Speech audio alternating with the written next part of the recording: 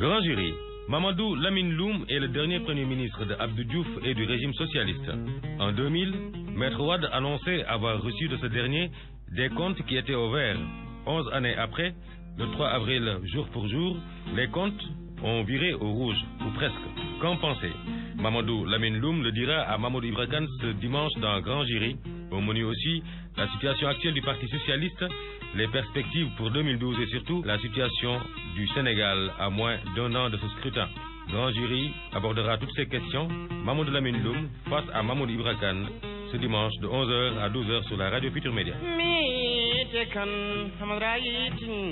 Mesdames, Messieurs, bonjour et merci de nous renouveler votre fidélité à l'instant. Nous recevons M. Mamadou Lamine Loum. Bonjour.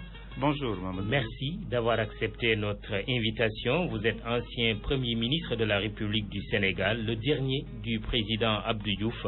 Vous êtes aussi modérateur des Assises nationales. J'ajoute à ces fonctions celle anciennement occupée de ministre du budget, on se souvient encore du fameux couple Saroloum, ensuite de ministre de l'économie et des finances que vous avez été avant d'atterrir à la primature en juillet 98 en remplacement d'Habib Thiam. Mamadou Lamine Loum, tout un symbole ce jour, 3 avril, outre que c'est la veille de la date marquant l'anniversaire de l'indépendance du Sénégal, c'est ce jour en 2000 que vous avez procédé à la passation de service avec votre successeur Moustapha Niasse qui venait d'être nommé Premier ministre par le président Abdoulaye Wade au lendemain de l'alternance. La première question, Mamadou Lamine Loum, le Sénégal a-t-il fait bon usage de ses 51 ans d'indépendance? Merci Mamadou et bonjour à tous les auditeurs et toutes les auditrices de votre radio RFM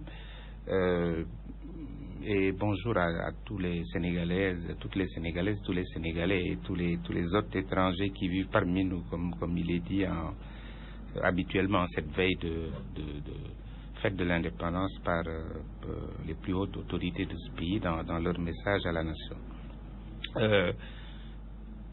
50 ans, c'est beaucoup et c'est peu dans la vie d'une nation. C'est beaucoup parce que c'est quand même à peu près 2 générations de vie active qui s'égrènent et qui peuvent se traduire soit par des succès, soit par des échecs, souvent par les deux. Et puis, c'est très peu quand on regarde la vie d'un pays parce que toutes les grandes nations, tous les grands États se sont bâtis au fur et à mesure du temps par la lecture et l'analyse critique de leur destin collectif, comment il a cheminé, quelles ont été les trajectoires de succès, d'échecs, de ce qui a été bien fait, mal fait, moins bien fait, des ratés, des échecs, des bévues, des délits et crimes qui ont jalonné toute la vie du pays. Et le plus important, c'est, une fois que cela est fait, d'en tirer les conséquences et de tirer tous les enseignements pour que l'ensemble des fils du pays puissent profiter des leçons et que, s'il y a lieu, des coups d'accélération, des redressements, des correctifs soient apportés à la vie de notre nation. Le Sénégal a globalement s'est comporté, disons, mieux que la plupart des pays, disons, africains, avec lesquels nous partageons la même classe d'âge.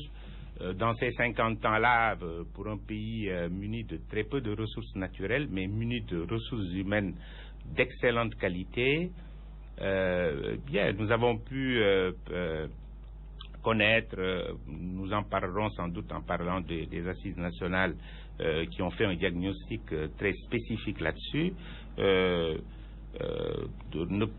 disons ne pas rencontrer souvent la croissance au cours de nos 40 premières années, de nos 30 premières années, pardon, et de l'avoir rencontré de manière plus durable après la dévaluation. Et nous avons connu quand même un État structuré, non gélatineux, disons non absent dans ses fonctions dans le territoire national comme dans la plupart des pays africains, ce qui fait que l'unité nationale aidant, la concorde nationale aidant, le Sénégal a pu expérimenter des expériences de projets démocratiques avec plus ou moins de bonheur, avec plus ou moins de progressivité et d'acquis cumulatifs dans ces résultats, mais qui a été parmi les porte-étendards de la démocratie et des projets démocratiques en Afrique.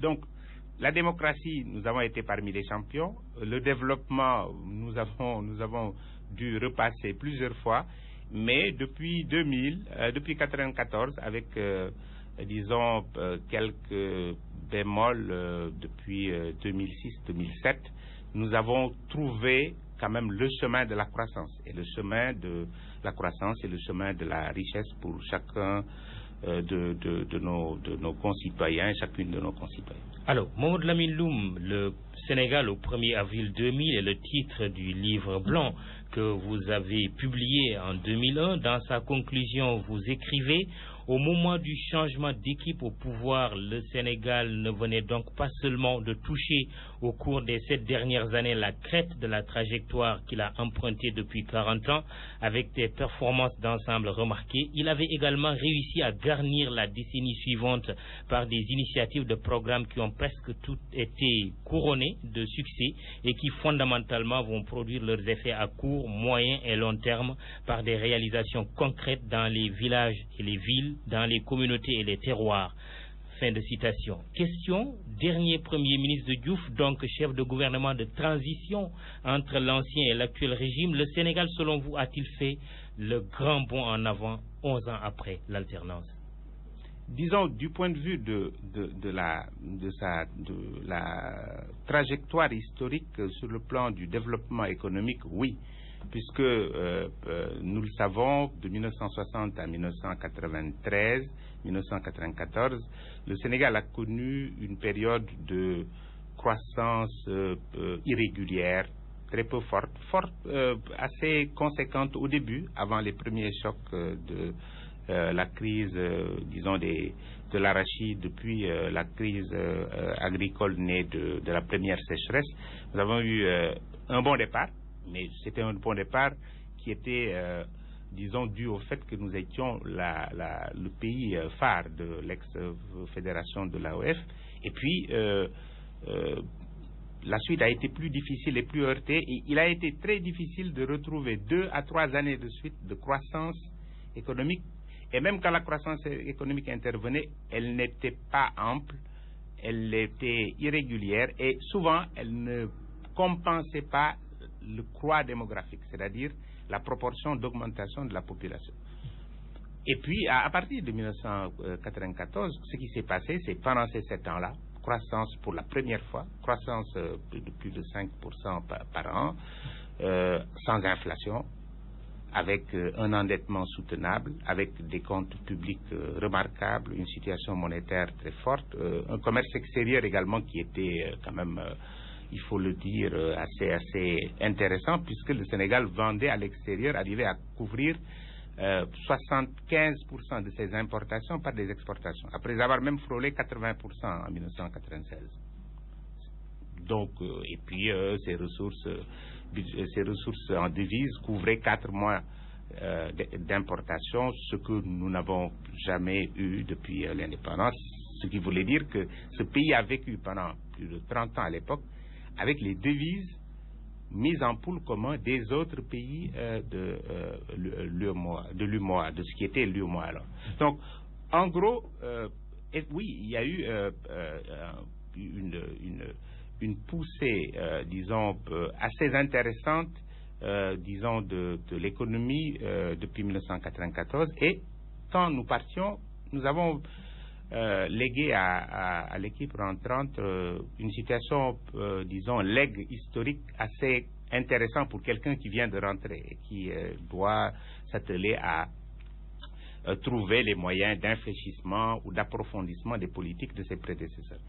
Mais je crois le plus intéressant dans le leg n'est pas dans ce que je viens de dire, c'est dans ce que vous avez lu tout à l'heure, c'est que peut-être pour la première fois, je pense, dans le monde, je ne parle pas de l'Afrique, l'équipe rentrante a trouvé que le marché était déjà fait pour 10 ans à venir.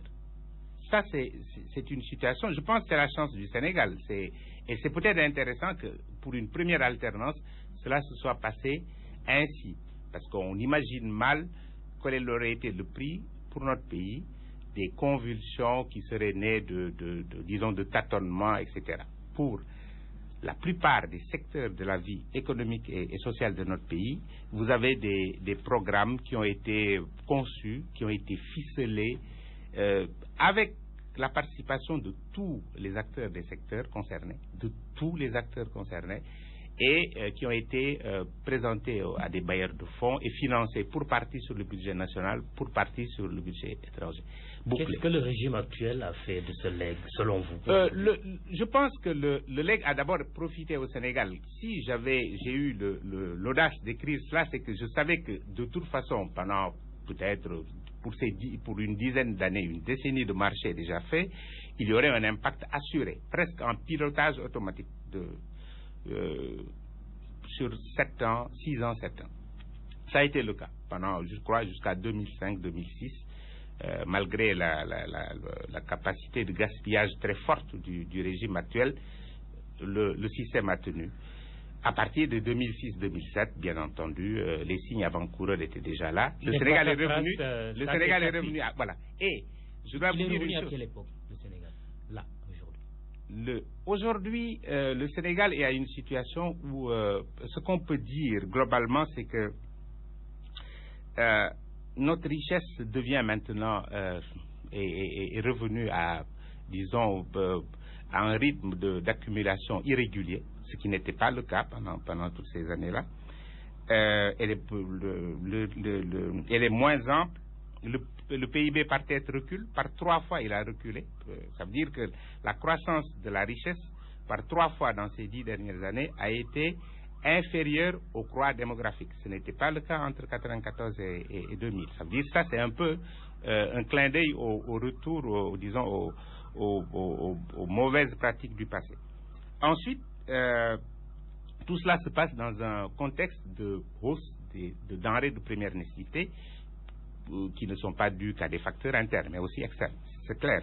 Mais en même temps, les finances publiques ont été assez chahutées parce que malgré le fait que l'État a quand même perçoit sur la richesse nationale, disons, 2 points de PIB de plus qu'avant, entre 1994 et 2000, on passait de 17 à 19%, malgré le fait que plus de la moitié de notre endettement a été annulé.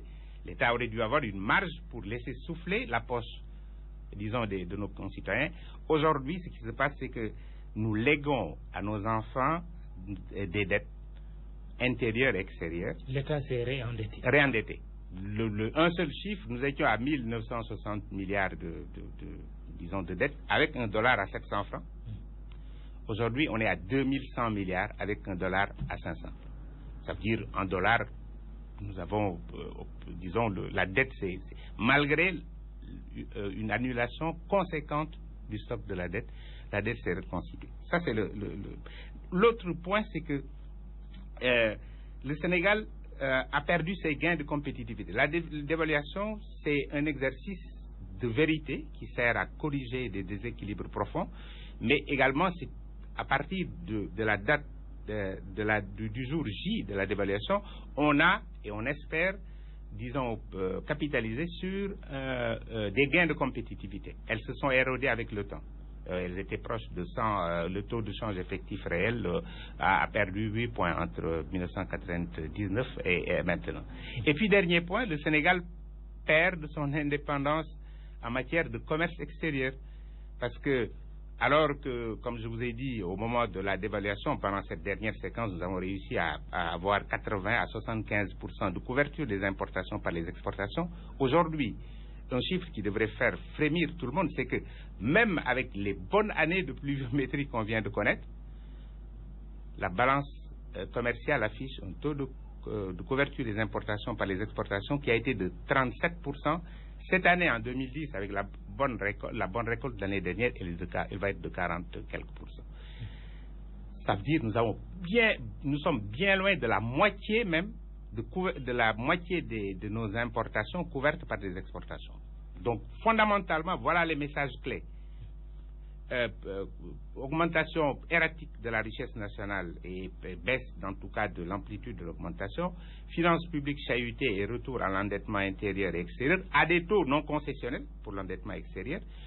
Perte de compétitivité de l'économie nationale et enfin, perte d'indépendance nationale, d'indépendance alimentaire, d'indépendance agricole et d'indépendance en alimentation de tout produit pour nos industries, pour nos consommateurs, puisque nous n'arrivons pas à couvrir plus de 2/5 de nos importations par les exportations. Si aujourd'hui nous n'étions pas dans l'UEMOA, les Sénégalais ne mangeraient pas de riz et ne pourraient pas importer du pétrole. C'est ça qu'il faut retenir. Il ne faut pas que la mise en pool commun de nos devises nous laisse penser à autre chose et à continuer de profiter de cette facilité. Le pouvoir actuel reproche au précédent un manque d'audace et de vision en montrant ses réalisations dans le domaine des infrastructures routières, aéroportuaires, scolaires, sanitaires, etc. Autre argument qu'il brandit, le pouvoir, c'est d'avoir fait passer le budget de 500 milliards à près de 2000 milliards. Que répondez-vous à ce reproche? Manque d'audace et de vision de votre part. Manque d'audace et de vision, je pense, la première réponse, c'est que un gouvernement qui lègue pour la première fois en Afrique, et pour ma part, je ne connais pas d'autres exemples dans le monde, des programmes ficelés sur 19 secteurs dont les 12 sont financés pour 10 à 12 ans. Parce que je rappelle que nous avons 3 programmes qui arrivent jusqu'en 2012. Je pense qu'on ne peut pas parler de manque de vision. Cela veut dire qu'au contraire, nous n'avons pas travaillé dans une optique de projet. Nous allons le voir peut-être si on en a le temps. Nous avons travaillé dans une optique de programme. Et je pense que ce qui est fait aujourd'hui avec l'alternance, c'est des projets. Et ça, c'est une culture et un truc dépassé. Le Sénégal aurait dû continuer sur la même longueur d'onde, puisqu'aujourd'hui, ce qui va se passer, c'est qu'à la fin de l'alternance, on l'espère en 2012, les gouvernements à venir ne vont pas avoir la même chance. Ils vont trouver des dettes, un fossé, un trou béant, au lieu d'avoir 10 années déjà couvertes par la bonne gestion du gouvernement précédent. Et ensuite, un budget qui aura été affecté par l'année électorale. Parce que je dis ça en passant. Que ce soit en 1993, en 2000, le Sénégal avait déjà vaincu le signe indien de l'année électorale qui plombe le budget. Vous l'avez vu, en 2000, le budget était à peine entamé en avril. Et nous avons réussi à faire et l'année précédente n'a pas été une année de budget électoraliste populiste. En 2007, nous avons connu la même chose. Je vous ai dit qu'on est revenu à la crise financière avec ça. Et deuxièmement, disons en 2012, les préparatifs vont bon train dans ce cas-là. Donc, les infrastructures, venons à ces fameuses infrastructures. Ce qu'on peut en dire, c'est que pour ceux d'entre vous qui voyagez dans la sous-région, que vous alliez au Mali, que vous alliez au Burkina Faso, que vous alliez au Ghana, je pense que c'est une question, disons, qui ne peut pas vous impressionner. Parce que ce qui se passe, c'est que nous sommes en train de tirer les dividendes de la dévaluation. C'est-à-dire, nous avions vu notre richesse nationale divisée par 2, nous étions en train de reconstituer. Cela nous donne beaucoup de francs CFA et beaucoup d'aides extérieures qui, traduites dans notre monnaie, donnent beaucoup d'argent. Nous faisons des infrastructures. Cela est fait dans tous les pays.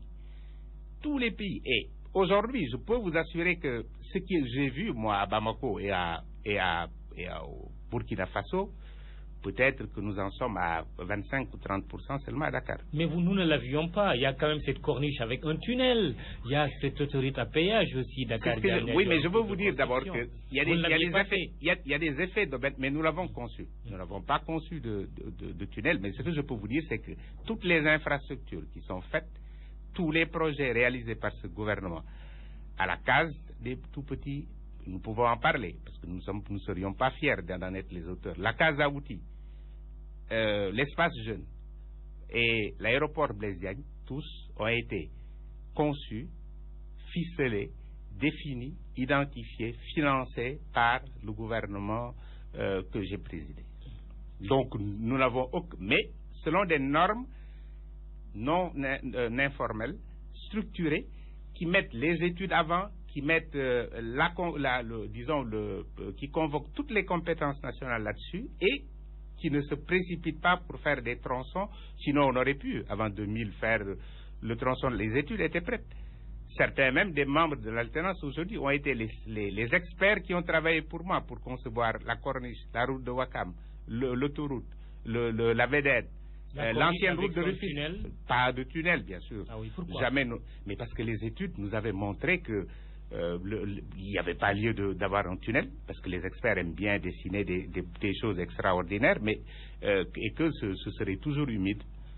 Ce serait très difficile à drainer du point de vue des eaux et que le coût va être prohibitif. Et en lieu et place, il y avait un pont qui était prévu et qui viendrait plonger sur la corniche après au début de Fanok et qui coûtait peut-être 10 fois moins. 10 fois moins, c'est-à-dire entre 1,6 milliard, il a dépassé largement 10 milliards. Ça, c'était les premiers coûts, mais il a au moins de 2 milliards.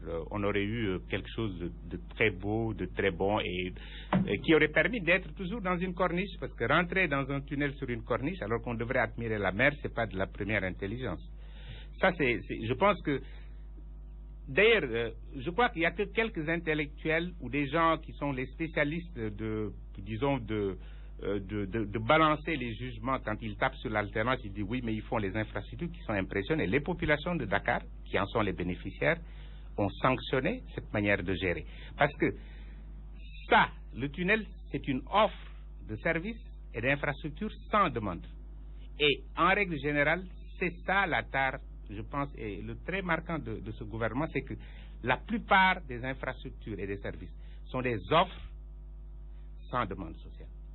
C'est-à-dire que ce n'est pas prioritaire. Ça n'est pas demandé par les populations. C'est bon, il y a des gens qui veulent régler des problèmes de rêves d'enfance, de rêves d'adolescents ou de coquetterie, etc. Bon, on dit Dakar mérite une corniche, un tunnel. Un tunnel, ça se fait dans des endroits précis, selon des critères topologiques, géographiques, etc. Donc, ça c'est... Je peux vous dire aujourd'hui, donc ce que je veux vous dire, c'est que les infrastructures, avec n'importe quel gouvernement, ça se serait fait, pour une fois, dans les mêmes limites, puisque ces projets ont été identifiés par nous-mêmes, je l'ai dit plusieurs fois, et ont été gérés de manière parcimonieuse avec des études, un train, et puis ensuite, tous ceux qui sont aujourd'hui dans ce pays savent quand même que ces projets sont annoncés. Les 2000 et quelques milliards qui ont été laissés ici comme projet ficelé, c'était justement le PAMU, tout ce qui est le programme de mobilité urbaine, les programmes d'énergie, les programmes agricoles, les programmes sur l'eau, les programmes de l'école, de la santé, l'agriculture, la bonne gouvernance, la lutte contre la pauvreté, l'appui au secteur privé, le programme municipal, etc. Donc, ce que je puis vous dire en la matière, c'est que je pense que d'abord c'est notre vision et c'est notre démarche qui a conduit à la plupart de ces travaux, mais nous les aurions exécutés dans des temps beaucoup plus courts, parce que le gouvernement a un peu joué les prolongations pour brouiller un peu les pistes également, parce que bon, il est très fort pour la propagande, et deuxièmement, pour les coûts. Je crois que ça, c'est un autre débat qui ne peut pas être épuisé ici. C'est des surcoûts extraordinaires. Je suis en train de voir ici. Est-ce que vous êtes convaincu qu'il y a des surfacturations? Il y a eu des surfacturations. Il y a eu des surcoûts et des surfacturations, c'est clair. Mais n'importe qui aujourd'hui de sérieux vous le dira. Ça, c'est incroyable. Regardez, j'ai ici un document sur des infrastructures au Maroc, qui est un pays vers lequel on regarde souvent. Réseau autoroutier, 4 milliards de dirhams par an, 160 km. Ça veut dire qu'avec 160 km, ils font plus que tout ce qu'on a fait juste avant l'OCI. Ils font 160 km d'autoroute. On ne nous dira pas que ce ne sont pas des autoroutes de qualité. Vous irez en Algérie, vous irez dans d'autres pays, vous allez même en Côte d'Ivoire avec des projets d'autoroute qui ont été financés par la BAD. Les coûts sont prohibitifs. Je ne peux pas dire autre chose. Je pense que c'est des questions de toute façon qui s'éclaireront demain et à la surprise générale, on verra que ces investissements ont empêché beaucoup de Sénégalais d'avoir de l'eau potable dans leur village, d'avoir des milliers et des milliers d'infrastructures d'eau potable, d'électrification, de services hospitaliers, de centres de santé, de postes de santé, etc. Parce que c'est démesuré. Bon, mais on ne peut pas en dire plus. Vous avez des présomptions que certaines autorités se sont enrichies sur le dos des Sénégalais. Où c'est passé, c'est quelles autorités? Ça, c'est une question, j'allais dire, secondaire. Ce qui est important, c'est que entre les coûts objectifs et les coûts réalisés, il y a eu des surcoûts. Où l'argent est passé, c'est comme l'histoire de la pêche dont vous avez parlé tout à l'heure dans votre émission. Mais ce qui est sûr, c'est que il y a de l'argent qui n'est pas perdu pour tout le monde, disons, et qui se promène dans les infrastructures. Et ça, c'est dû, je vous le redis, au fait que on fait des investissements qui ne sont pas l'objet de demande. On fait des infrastructures qui sont l'objet simplement d'offres.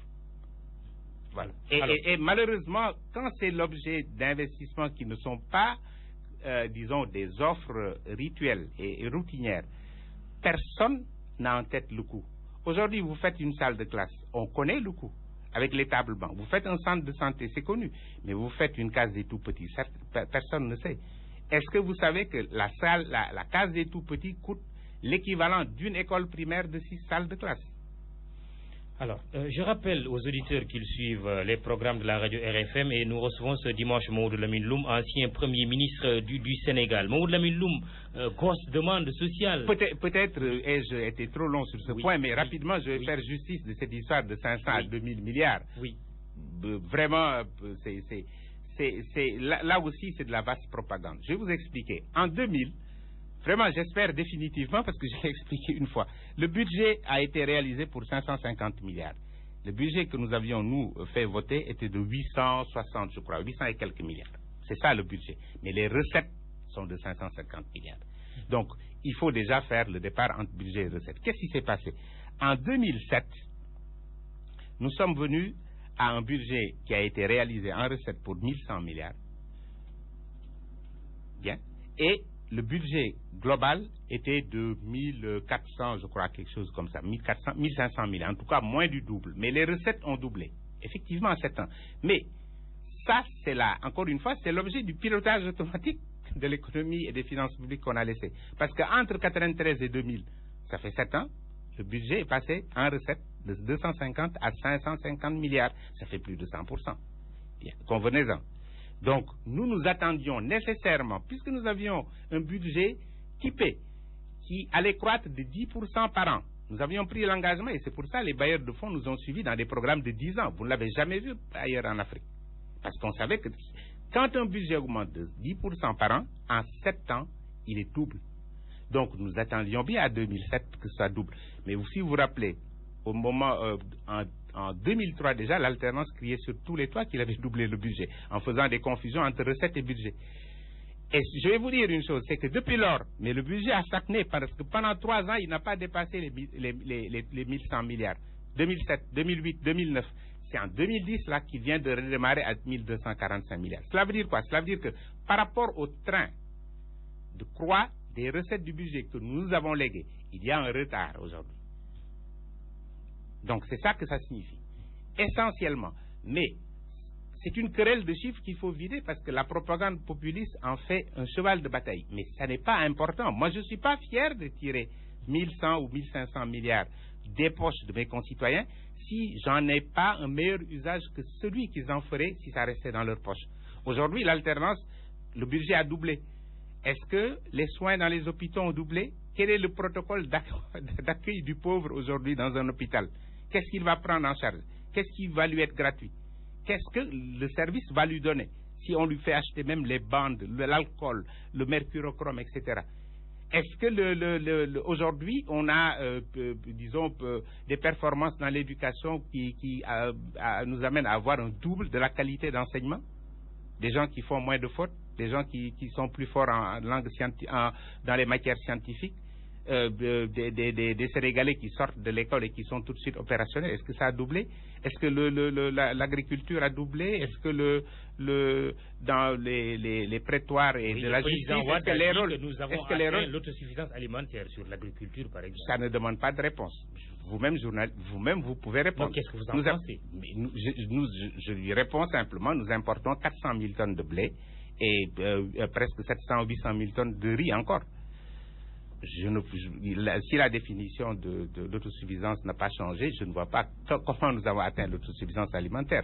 Et puis,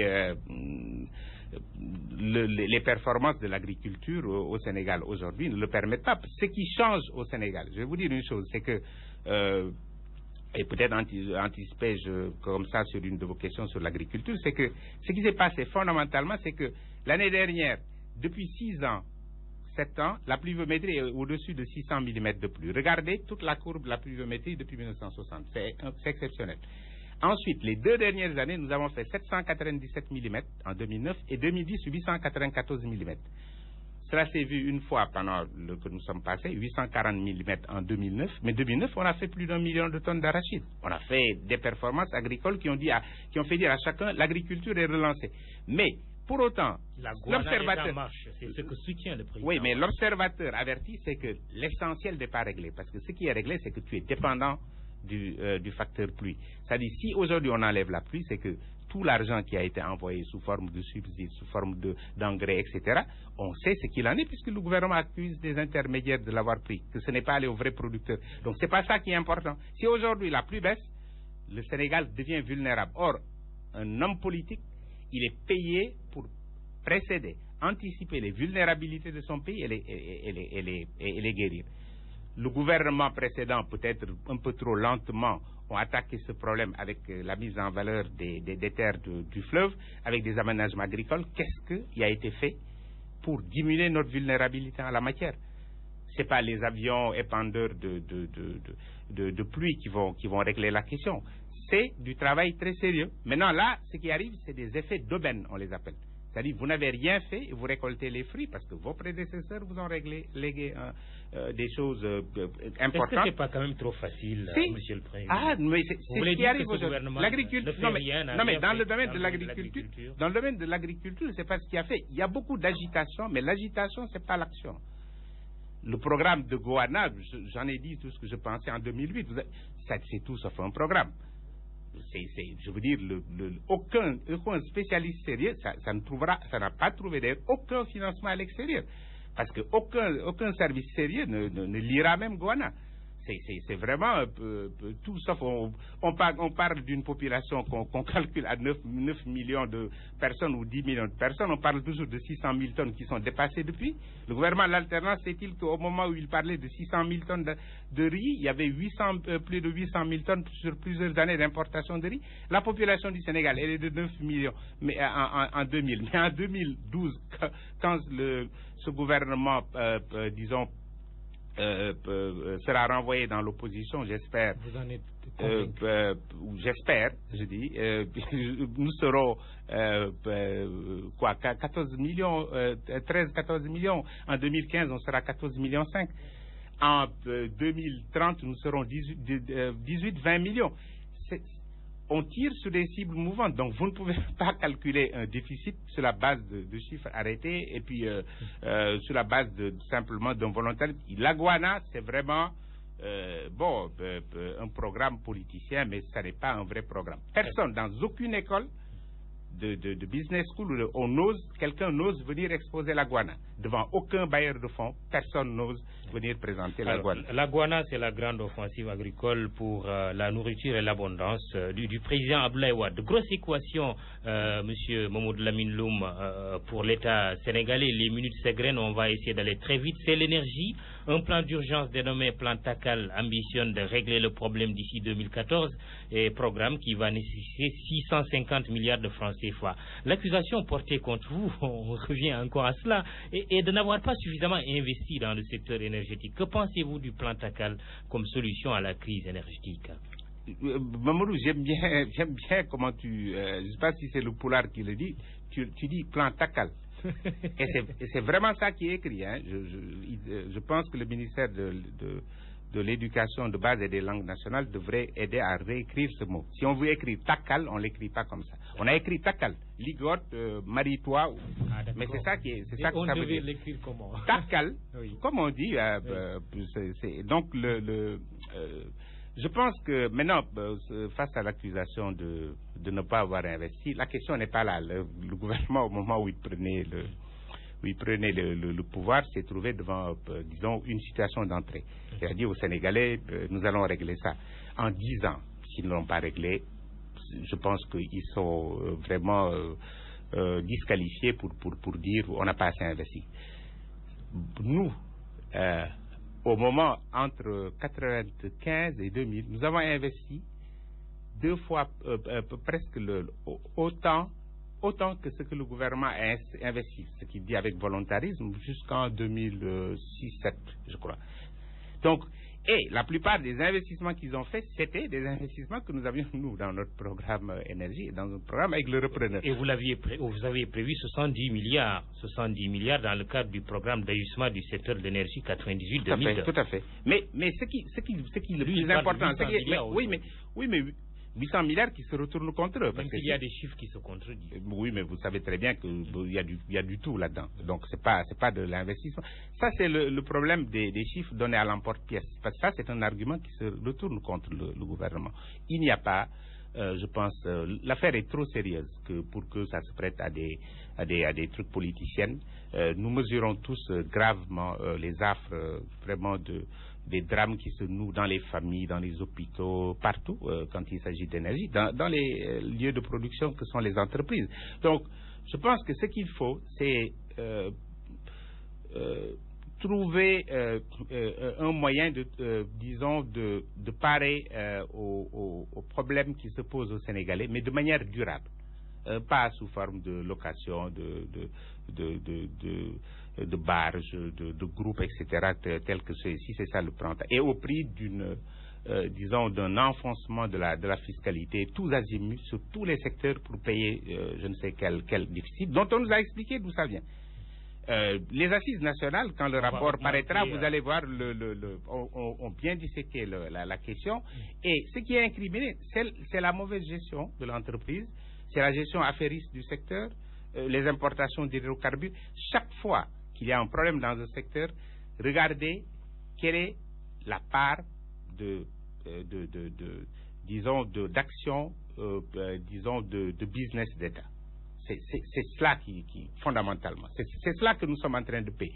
Chaque fois qu'il y a un problème de business d'État dans un secteur, le secteur s'effondre. Parce qu'on ne joue pas avec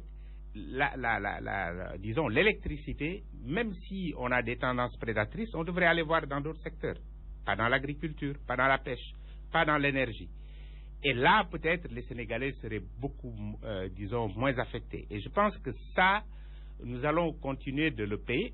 Je ne sais pas si vous vous souvenez, en 2001, quand je présentais ce livre chez vos collègues de Sud FM, j'ai dit, le Sénégal, en mettant fin à la convention avec Hydro-Québec, va faire payer à notre pays quelque chose de très cher.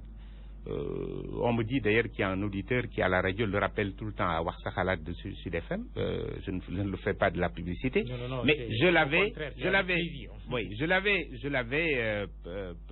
l'avais dit parce que je voyais très bien le travail formidable qui avait été fait, qui nous aurait valu aujourd'hui, si des mains inexpertes, je le dis aussi dans le livre, je dis que tout ce que j'ai promis là comme perspective se fera si, à moins que des mains inexpertes ne viennent troubler ce bel ordonnancement.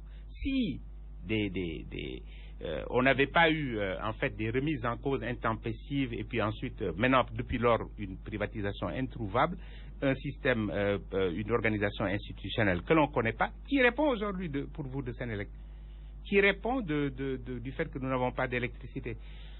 Je pense qu'aujourd'hui, l'entreprise a des problèmes pour payer ses salaires, pour l'IPM de ses employés. Vous voyez comment dans quelle mesure la situation est double. Et vous savez, ce qui se passe, c'est que la situation est le déficit est plus important que ce qu'on dit actuellement, puisque aujourd'hui, on le sait, l'entreprise a déjà gagé pour des années des ressources à venir qui lui viennent de l'État. Ça veut dire les équipes à venir de Sénélec, du ministère de l'Énergie, vont payer un prix très fort parce qu'ils trouveront une situation où on leur dira vos recettes de la période ne sont pas disponibles. Nous les avons gagées. Alors, et pour financer ces 650 milliards, il est prévu d'augmenter les impôts sur les sociétés de téléphonie, mais aussi sur les appels entrants. Oui, mais c'est dommage. Moi, je pense que c'est une bonne démarche. Non, mais c'est pas une bonne démarche parce que on ne connaît pas, on n'a pas fait procès de ce qui s'est passé et comment c'est arrivé.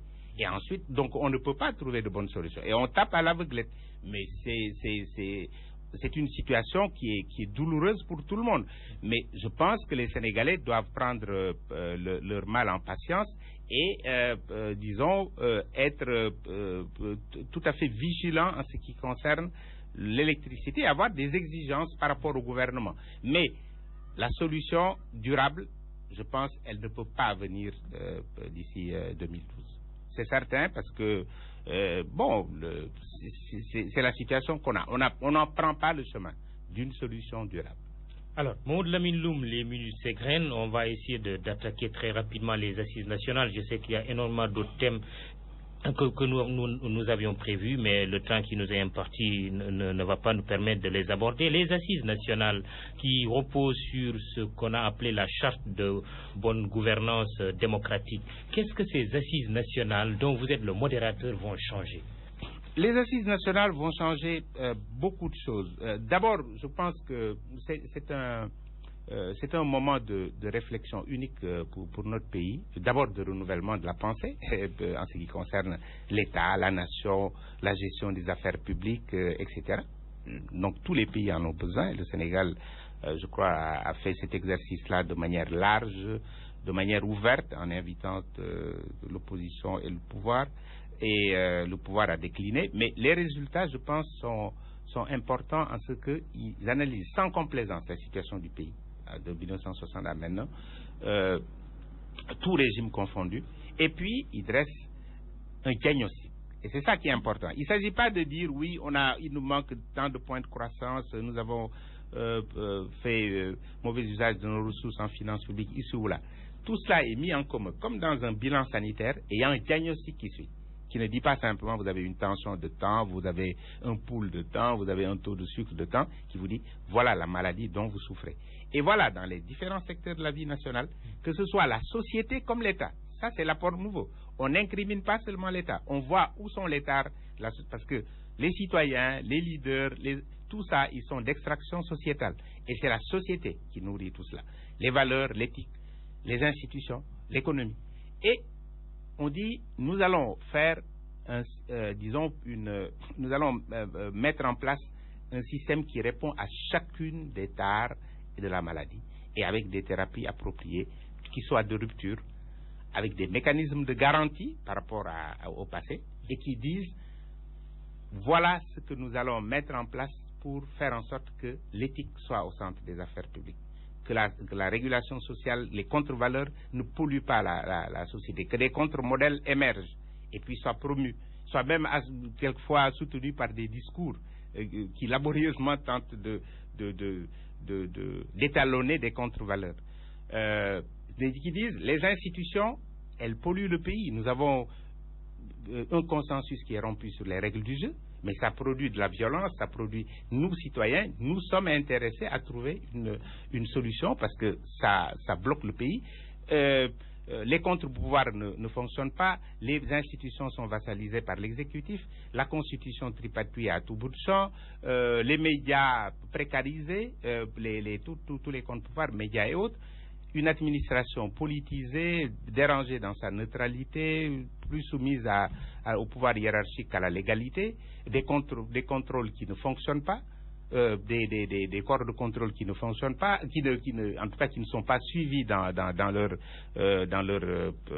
réquisitoire contre la mauvaise gestion. Justement un réquisitoire implacable contre le régime. De tous les régimes. Des règlements de compte. Non, de tous les régimes. Prochainement, il ne peut pas y avoir de règlement de compte. Il ne peut pas y avoir de règlement de compte. Les assises nationales verseraient dans la chasse aux sorcières qu'il ne serait pas cet instrument dont nous pensons que, de toute façon, il va gouverner le Sénégal, comme on l'a dit, demain ou après-demain. Mais nous espérons que ce sera demain.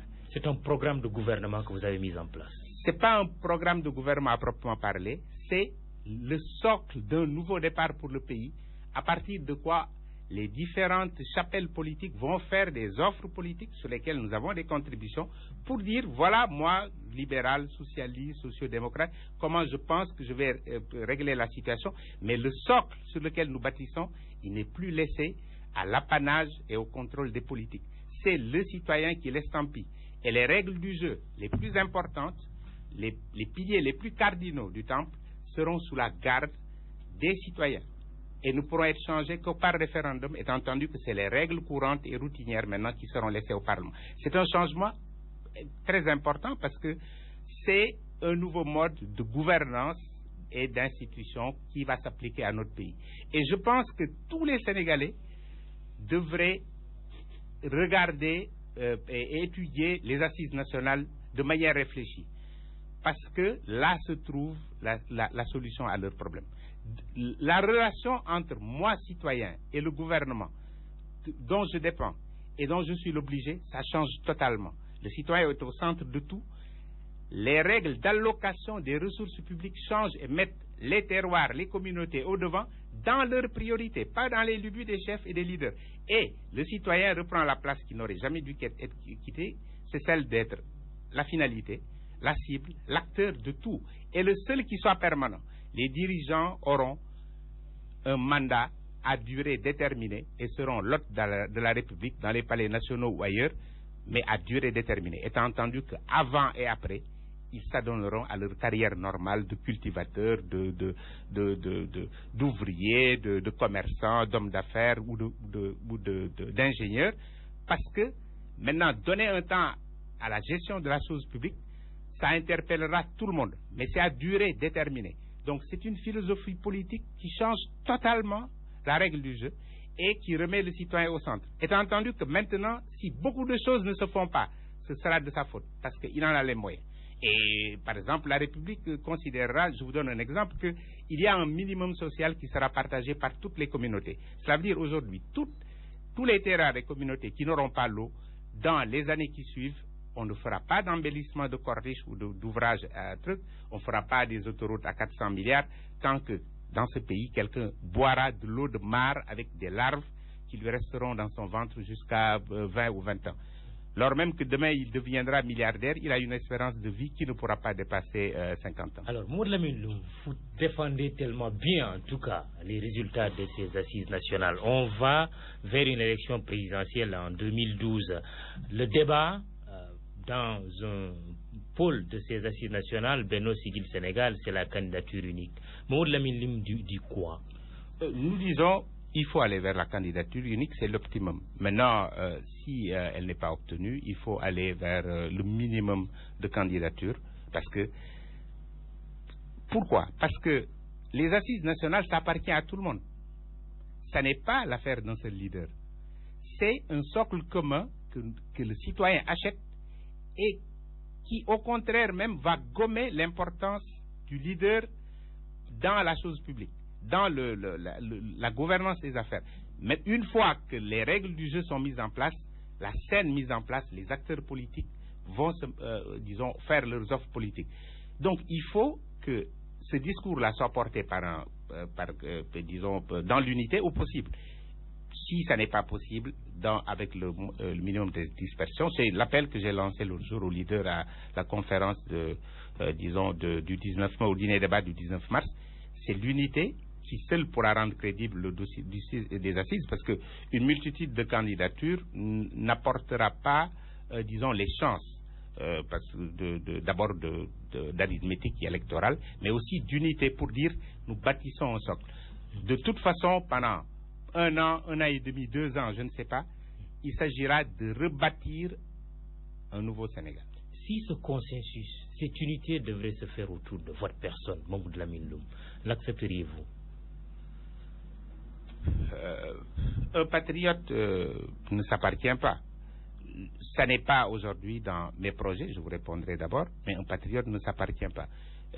Aujourd'hui, je travaille plutôt à rendre possible autour de ceux qui se sont déclarés ou ceux qui aspirent à l'être, à faire en sorte qu'ils aient une candidature unique. Mais moi, je n'ai pas de projet, disons, de candidatures préimprimées qui soient prêtes. Mon rôle est plutôt un rôle d'unification. Mais je ne m'appartiens pas, je ne peux pas l'écarter, disons. Mais ce n'est pas ça qui est important si j'en juge parce que je viens de vous dire sur les assises. Demain, il faut le savoir, gouverner ce pays ne sera pas une sinécure. C'est plus une suggestion qu'un privilège. C'est ça qu'ont voulu les assises. Et c'est ça qu'il faut relire. C'est ça que j'ai tenu d'ailleurs à dire le jour où disent. Est-ce qu'on ne se trompe pas, même d'élection? Il ne s'agit pas d'un gourou.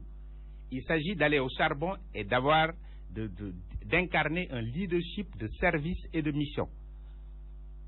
Et qui aura plus de suggestions que de privilèges. Et dans ce cadre-là, je crois que ce qu'il faut comprendre, c'est que celui qui sera devant, ce n'est pas ça qui est important.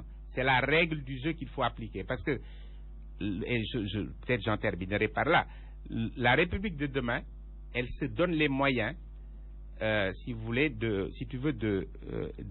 d'extirper, disons, par les antidotes appropriés, tout ce qui viendra contrecarrer le projet démocratique.